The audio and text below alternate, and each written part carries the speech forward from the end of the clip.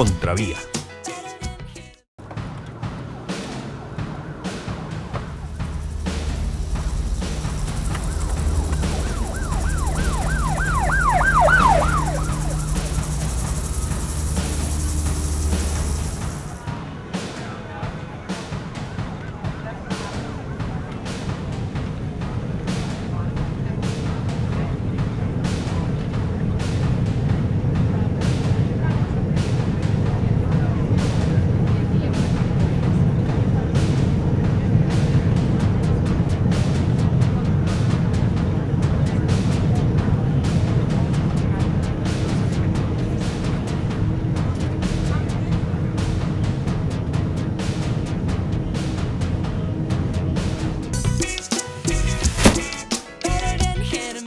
Contravía.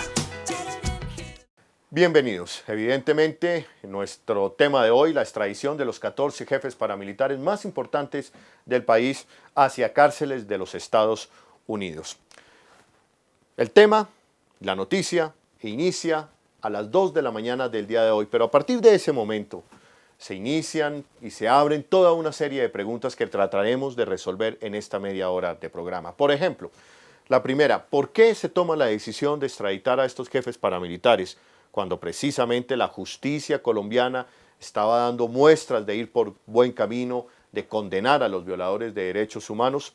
En segundo lugar, ¿tendrán acceso las víctimas verdaderamente a la justicia, a la verdad, a la reparación, cuando sus victimarios están en cortes de los Estados Unidos, sabiendo que los delitos principales por los que los van a juzgar los fiscales norteamericanos van a ser por delitos de narcotráfico?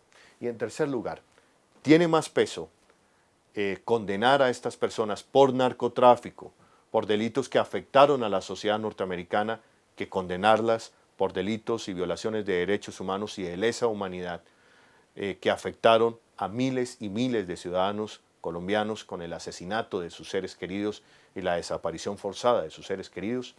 Trataremos de resolver algunas de estas preguntas y de analizar lo que implica la extradición de los jefes paramilitares hacia cárceles de los Estados Unidos. Bienvenidos y bienvenidas a Contravía. Hemos llegado hasta el Centro Internacional para la Justicia Transicional, que acaba de abrir su sede en Bogotá hace un par de meses, y les quiero explicar algo importante. Este centro, conformado mayoritariamente por abogados, se ha constituido para apoyar el derecho que tienen las víctimas frente a los procesos que buscan justicia, verdad y reparación en el mundo. Estuvieron presentes en Ruanda, han estado presentes en Sudáfrica, en Perú, y han estudiado el tema también en Guatemala. Son una autoridad en el mundo, y precisamente me acompaña Javier Ciurliza, abogado peruano, que cumplió la función de secretario técnico para la Comisión de la Verdad en el Perú, y es una autoridad en la materia. Es quien dirige el centro en este momento en la ciudad de Bogotá y está pendiente de lo que está pasando en Colombia, y precisamente pues lo encontramos hoy pegado a la radio y pegado a la información, tratando de descubrir qué hay detrás de todo esto. Javier Ciurliza, bienvenido a Contravía. Muchas gracias, Juan. La Corte, precisamente ante la reciente extradición de alias Macaco, se pronunció y dijo, le dijo al presidente de la República, la Corte, le dijo, mire, usted extradite siempre y cuando se agoten todas las posibilidades de justicia en territorio colombiano. Solamente así existe la posibilidad de que pueda extraditar. Pero este no es el caso. Aquí no se agotó el paso por la ley, por la justicia ordinaria, y eso genera una serie de inquietudes. ¿Es así o no es así, doctor Ciurliza? Lo que sí podemos afirmar es que la extradición producida esta mañana modifica sustancialmente un supuesto básico que estuvo cuando la Ley de Justicia y Paz fue aprobada. Esta ley tenía como propósito, a la luz de lo que la Corte Constitucional le dijo al país, garantizar los derechos de las víctimas a la verdad, a la justicia y a la reparación, en función de crímenes que son de lo más atroces, masacres, asesinatos, desapariciones. Los crímenes por los cuales son extraditados estas personas tienen que ver con narcotráfico, con conspiración. Como lo ha dicho la Corte Suprema de Colombia, el deber del Estado colombiano es garantizar que las víctimas tengan acceso a estos derechos. La pregunta entonces es, ¿la Ley de Justicia y Paz sigue siendo el principal instrumento jurídico del Estado colombiano para luchar contra la impunidad o lo es la extradición? Eso es una pregunta válida que todos debemos hacernos hoy día. Javier, si uno lee la ley de Justicia y Paz, es muy clara en advertir, la Corte, en advertir que todas las instancias judiciales se tienen que agotar en Colombia y solo mientras se agoten y mientras haya dificultades para la ley, solo en ese momento se advertirá o se procurará la extradición de estas personas. ¿Esto ha sucedido? ¿Se agotaron todas las instancias? La Ley de Justicia y Paz se constituyó en un mecanismo excepcional, derivado de un acuerdo político en función de la protección de los derechos de las víctimas. En caso que los postulados por el Gobierno Nacional no cumplieran con sus obligaciones referidas a la verdad y a la reparación, la propia ley señalaba que estas personas perdían de inmediato los beneficios de la Ley de Justicia y Paz y eran trasladados a la justicia ordinaria, en donde los esperaban las penas de 30, 40 o 50 años que corresponden a la gravedad de sus crímenes. Según la Ley de Justicia y Paz, era que fueran retomados esos casos por la justicia ordinaria colombiana, donde los abrigaban o le esperarían penas de 30 a 40 años. ¿Es eso correcto? Es correcto. Ese es el paso y el supuesto básico de toda la Ley de Justicia y Paz. La justicia colombiana, entendida como un todo, tiene la obligación de perseguir estos graves crímenes. Lo hace o por la Ley de Justicia y Paz, si es que hay verdad y reparación, o si no la hay, por parte de la justicia ordinaria, con todo el peso de la ley y el Código Penal colombiano. Si se evadió la justicia ordinaria colombiana, si esto no tuvo en cuenta la justicia ordinaria colombiana, entonces estamos ante ¿qué? ¿Por qué podría estar sucediendo eso? ¿Qué buscaría el gobierno con esto? Solo podemos, Holman, especular. Sin duda alguna, la extradición es una figura de cooperación. En esta figura, Estados Unidos requiere a estas personas por narcotráfico. Por tanto, van a ser juzgadas solo por esos delitos, por el tráfico de cocaína ocurrido en las calles de los Estados Unidos, de la cual son responsables estos jefes paramilitares. No van a ser juzgados en Estados Unidos por las violaciones a los derechos humanos ocurridas aquí en Colombia. Uno puede especular que el gobierno entiende que la extradición es la sanción máxima a quienes, luego de aplicadas todas las medidas, no responden a los requerimientos de la justicia.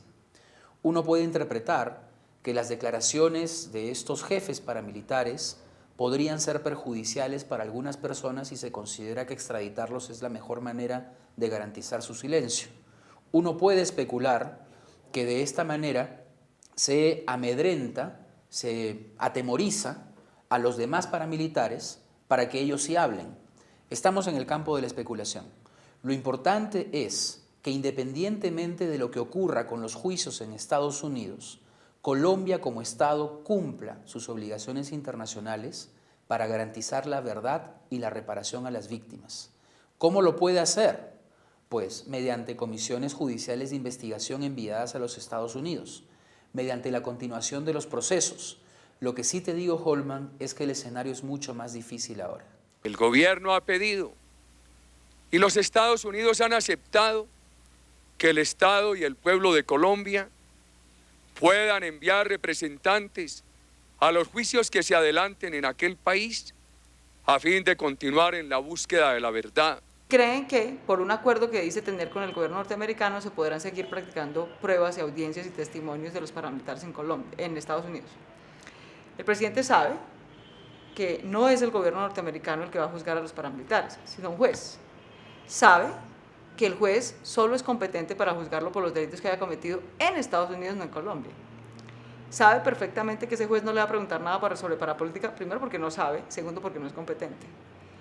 Y sabe perfectamente que los jefes paramilitares, a diferencia de cuando estaban en Colombia, que tenían la obligación de presentarse a las audiencias, hoy en día, si un juez o si una víctima va a la cárcel en Estados Unidos, primero es bastante dudoso que pueda llegar hasta allá, ¿no? Las víctimas a duras penas llegaban a Medellín, pues no creo que lleguen a Washington. Y segundo, si es que llegan, es facultad, es una decisión opcional del jefe paramilitar si quiere recibirlo, si quiere dar un testimonio. Perfectamente puede negarse. En este momento la justicia, que es competente para juzgarlo, es la norteamericana por narcotráfico y no la colombiana por delitos de lesa humanidad. Pero acaba de decir el presidente de la República que, según convenios, comisiones de fiscales y de jueces colombianos irían a los estrados judiciales y seguirían los procesos. ¿Esto es viable? Número uno. Dos, esto implica que habría que comenzar de ceros en los Estados Unidos. ¿Y qué problemas le trae a las víctimas esto? Es el camino más difícil y además no sabemos esos acuerdos dónde están. Han sido publicados, los conocen los colombianos. Lo único que conocemos es el Tratado de Extradición. Y el Tratado de Extradición dice claramente que los ciudadanos colombianos no pueden ser extraditados por delitos cometidos en Colombia. Son extraditados por delitos cometidos en Estados Unidos. Y entonces tendremos que conocer a qué tipo de acuerdos ha llegado. Es normal en la cooperación internacional que los jueces de un país vayan a otro para interrogar a esas personas por los delitos cometidos en el país de donde el extraditado salió. En este caso es normal que los jueces colombianos, no se requiere un acuerdo, eso pasa todo el tiempo. Pasa con los detenidos colombianos en Brasil, pasa con los detenidos colombianos en Europa. Los fiscales y los jueces colombianos van y hacen sus diligencias, pero eso no significa que puedan ser procesados en Colombia. Lo que queda todavía muy oscuro es si esa cooperación a la que se ha referido el presidente implica que Colombia seguirá juzgándolos. Eso no está claro. Si seguimos las reglas del Tratado de Extradición, eso no va a ser posible, porque la jurisdicción principal ahora va a ser la de Estados Unidos. Tendremos entonces que esperar a conocer ese tipo de acuerdos para ver realmente si las víctimas van a tener posibilidad o no de acceder a la verdad, a la justicia y a la reparación. Pero dos preguntas. ¿Cómo se va a garantizar que las víctimas formulen preguntas a estas personas? Y en segundo lugar, ¿cómo vamos a poder contrastar a estas personas con las declaraciones, confrontarlos, de tal manera que la verdad, que no es solo aquello que nos dicen estos señores, sino que tiene que ser parte de un proceso de investigación, pueda emerger? Y finalmente, ¿podemos garantizar que los bienes de estas personas, que ahora van a estar en manos de jueces federales de los Estados Unidos, podrán ser usados para pagar a las víctimas lo que se les debe? ¿Se podrá restituir los bienes realmente de estas personas que son precisamente aquellas que poseen la mayor cantidad de los bienes dentro del universo de los 3.000 paramilitares? Son preguntas que yo creo que todo ciudadano colombiano y que también la cooperación internacional tiene que hacerse en este momento. Las cámaras de Contravía han sido testigos de todo lo que le implica a las víctimas llegar hasta los estrados y preguntarle a los victimarios en Barranquilla, en Santa Marta, en Bogotá. Son cosas e imágenes que no conoce la sociedad colombiana. Una víctima, en muchos de los casos, no tiene con qué comer, tiene que salir a pedir prestado dinero para coger un bus, tardarse 3, 4 horas para llegar y sentarse en una sala y pedirle al victimario que le diga dónde están sus víctimas.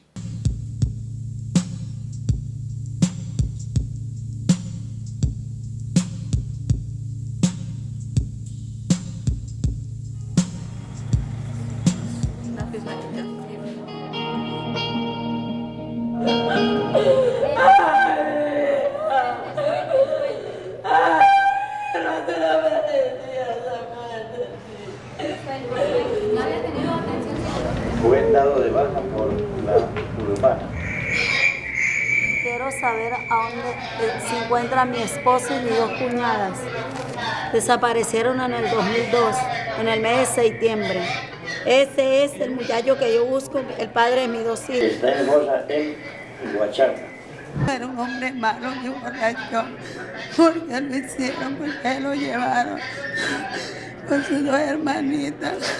Quiero saber eso y dónde están ellos. Es más, sí, a ellos lo juzgan con 8 años. No salen ni a mes por víctima. A Figón han matado gente. La cuenta que yo estaba haciendo ayer, la cuenta que yo hacía ayer es que si son 1.700 y pico de crímenes, va a pagar un día de cárcel por cada persona asesinada, apenas un solo día. Si acaso, Y en el ¿qué tal? Si acaso, porque mucha gente ni siquiera ha reclamado, no han tenido el valor ni siquiera de reclamar. Apenas por mucha homicidio. gente.